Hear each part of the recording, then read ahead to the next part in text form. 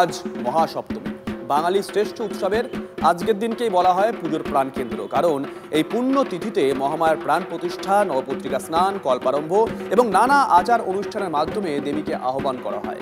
আজই প্রথম পুজো, দেবীর চক্ষুদান করা হয়, প্রাণ প্রতিষ্ঠা করা হয় এই সপ্তমী তিথিতেই। আমরা সকাল থেকে আপনাদেরকে বিভিন্ন ছবি দেখাচ্ছি। আমরা কলকাতার ছবি দেখাচ্ছি, বনেদি বাড়ির ছবি দেখাচ্ছি, আমরা জেলার ছবিও দেখাচ্ছি। এই মুহূর্তে আমার সঙ্গে রয়েছেন তিনজন সহকর্মী।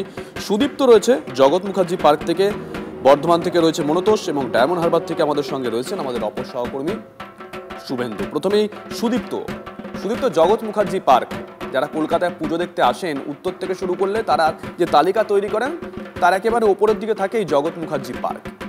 এবার তারা যে থিম করেছেন, থিমের মাধ্যমে বার্তা দিচ্ছেন, তার মধ্যে একটা অভিনবত্ব রয়েছে, এআই টেকনোলজি। সুদীপ্ত। একদমই শুভজিৎ, তুমি যে কথাটা বলে ঠিকই। যারা কিনা উত্তর কলকাতার পুজো দেখা শুরু করে একদম শুরুর দিকে কিন্তু যে পুজোগুলো রয়েছে তার মধ্যে জগৎ মুখার্জি পার্ক একটা অন্যতম নাম। এবছর জগৎ মুখার্জি পার্ক 89তম বর্ষে পদার্পণ করেছে এবং তাদের এবারের যে ভাবনা যেটা রয়েছে সেইটা রয়েছে এআই টেকনোলজি। সেটা অভিশাপ নাকি সেই কারণের জন্য তাদের এবারের পুজোটা বারংবার যারা কিনা দর্শনার্থী রয়েছেন তাদের কাছে বারবার এই পুজোটা একদম দেখার জন্য একটা উৎসুকতা অন্যভাবে রয়েছে। এখানে মায়ের যে মূর্তি রয়েছে তুমি দেখতে পাবে, সেখানে মায়ের হাতে নিয়ন কালারের ডিজিটাল অস্ত্র যেমন আনা হয়েছে এবং প্রতিমার মধ্যেও কিন্তু একটা অন্য রকমের ছোঁয়া রয়েছে। এই মুহূর্তে এখানে সপ্তমীর যে পুজো রয়েছে সেই রীতি মেনে এখানে পুজো করা হচ্ছে এবং তার সাথে সাথে যেখানে রয়েছে অঞ্জলি পর্ব একটুকে শেষ হয়েছে, কিন্তু বাকি যে পুজোগুলি রয়েছে, পুজো অর্চনার যে পাঠ রয়েছে সেগুলো বারংবার করে করা হচ্ছে। এবং মণ্ডপের সব থেকে একটা যেটা বৈশিষ্ট্য তুমি যদি দেখো, এখন 2025-এ দাঁড়িয়ে এআই টেকনোলজি একটা অন্যরকম মাত্রা যোগ দিয়েছে। সেটা কাজের ক্ষেত্রে হোক, সেটা যে কোনো বিষয়ের ক্ষেত্রে একটা অন্যরকম মাত্রা যোগ করেছে। সেখান থেকে দাঁড়িয়ে শিল্পী সুবল পালের এই যে ভাবনা যেটা রয়েছে এআই টেকনোলজি, সেটা কিন্তু দর্শকদের কাছে একটা আকর্ষণের অন্যতম মাত্রা একদম যোগ করে নিয়েছে। সুদীপ্ত, 11টা 3, অনেকেই দেখলাম সকাল সকাল ঠাকুর দেখতে বেরিয়ে পড়েছেন, একটু কথা বলো না। একদম এখানে যারা রয়েছে আমি তাদের সাথে কথা বলার চেষ্টা করছি যে তারা যেহেতু সকালবেলায় ঠাকুর দেখতে এসছেন তাদের কেমন কি লাগছে বা কী কী করা যাচ্ছে। আমি একবার তাদের এখানে যারা রয়েছেন তাদের সাথে কথা বলবো। আপনি তারা জগৎ মুখার্জি পার্কে ঠাকুর দেখতে এসেছেন, আপনার নিজের কেমন লাগছে? আমরা একটা অর্গানাইজেশন থেকে এটা জাজ করতে এসেছি যে জুটের কতটা ইউজেজ এখানে হয়েছে সেটাই দেখতে এসেছি। তো আমাদের পরশুদিন রেজাল্ট বেরোবে। এটা আমাদের national jute board, ministry of টেক্সটাইলসের একটা অর্গানাইজেশন, যারা জুটের কতটা ইউজেজ হচ্ছে সেইটা কিছু প্যান্ডেল দেখছে। তো এরা বলেছে কিছু আছে, তো সেটাই আমরা দেখতে এসেছি আজকে। ম্যাডাম, এখানে তো পুজো দেখতে এসেছেন জগৎ মুখার্জি পার্কে, আপনার নিজের কেমন লাগছে? খুবই ভালো লাগছে। আর জগৎ মুখার্জি পার্ক তো বারংবার একটা মণ্ডপ দেখা যায় উত্তর থেকে শুরু করে, সেখানে একটা নাম হয়ে থাকে। তো সেই কারণে একদম বাঁকার ডিস্ট্রিক্ট শুরু থেকে সঙ্গে থাকো সুদীপ্ত, সঙ্গে থাকো। দেখুন, আমি সঞ্চালক হিসেবে কোনো দিকে টেনে কথা বলবো না, আমি কলকাতার ছেলে হলেও, কিন্তু কলকাতার সঙ্গে কি জেলা পাল্লা দিতে পারছে? সুদীপ্ত কিন্তু একটা কৌশল ভিড় দেখিয়ে দিয়েছে। মনতোষ,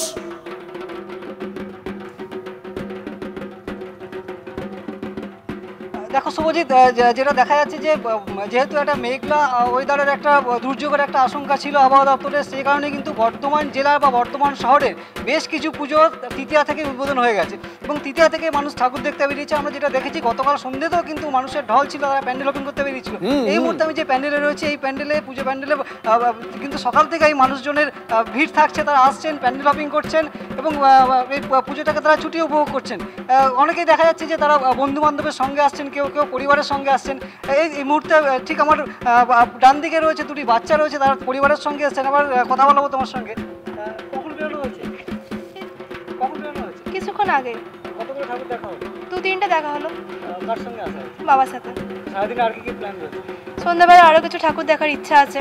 গতকালও বেরোনো হয়েছে? হ্যাঁ। কতটা আনন্দ উপভোগ করা হচ্ছে? ভীষণই ভালো আনন্দ উপভোগ করছি, এত সুন্দর ঠাকুর হয়েছে দেখে খুবই ভালো। সকাল থেকে একেবারে সানগ্লাস পরে বেরিয়ে গেছে আর কি ঠাকুর দেখার জন্য। মনতোষ, আসবো তোমার কাছে, সঙ্গে থাকো। একবার শুভেন্দুর কাছে যাই। শুভেন্দু, তোমার সঙ্গেও সকালে কথা হয়েছে একাধিকবার, তুমিও বিভিন্ন মণ্ডপে যাচ্ছ, ছবি দেখাচ্ছ। এখন যে মণ্ডপে আছো ছবিটা একবার দেখি।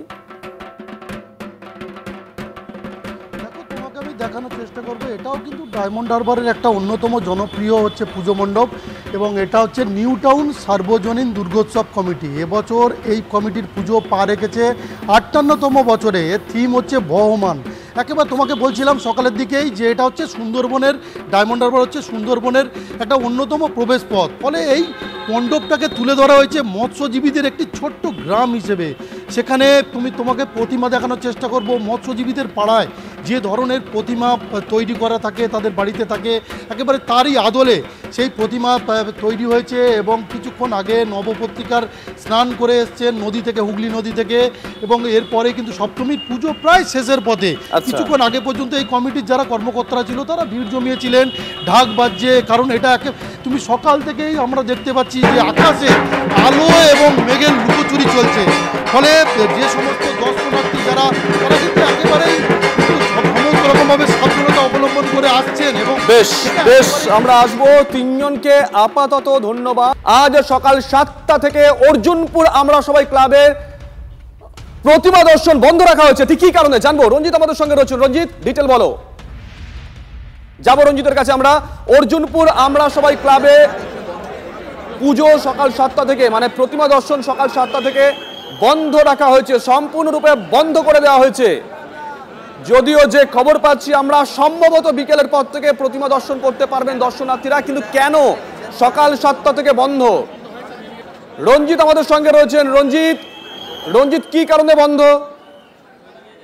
একদমই, দেখো শুভজিৎ, আমি সরাসরি সেই কারণটা জানার একবার চেষ্টা করছি এবং যেটা ক্লাবের পক্ষ থেকে অর্জুনপুর ক্লাবের পক্ষ থেকে ঘোষণা করা হচ্ছে।